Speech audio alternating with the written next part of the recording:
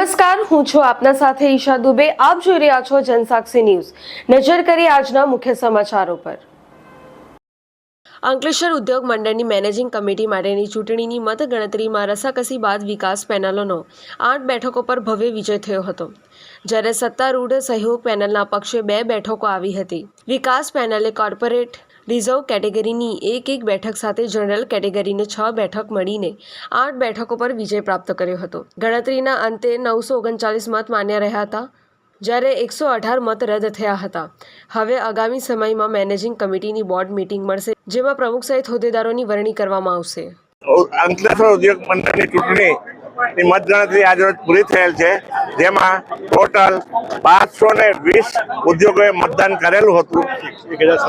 520 ઉદ્યોગોમાંથી 1057 લોકોએ ઉદ્યોગ મંડળના સભ્યોએ મતદાન કરેલ હતું. તેમાંથી 118 મત ઇનવેલિડ હતા, ત્યારે 939 મત વેલિડ હતા.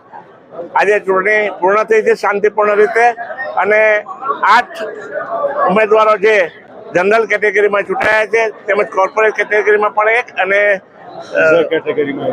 રિઝર્વ કેટેગરીમાં 1 સભ્ય ચૂંટાયેલ છે, જેની પ્રમુખે નામ સાથે જાહેરાત ઓલરેડી કરી દીધી છે. વર્ષ 2025-26ની અંકલેશ્વર ઇન્ડસ્ટ્રીઝ એસોસિએશનની મેનેજિંગ કમિટીની જે ચૂંટણી હતી, તેમાં વિકાસ પેનલના અમારા મીડિયમ, જનરલ કેટેગરી અને કોર્પોરેટ કેટેગરી મળીને 8 ઉમેદવારોનો વિજય થયો છે. સાથે સાથે અમે વસાહતના તમામ ઉદ્યોગકાર મિત્રોનો ખૂબ ખૂબ આભાર માનીએ છીએ.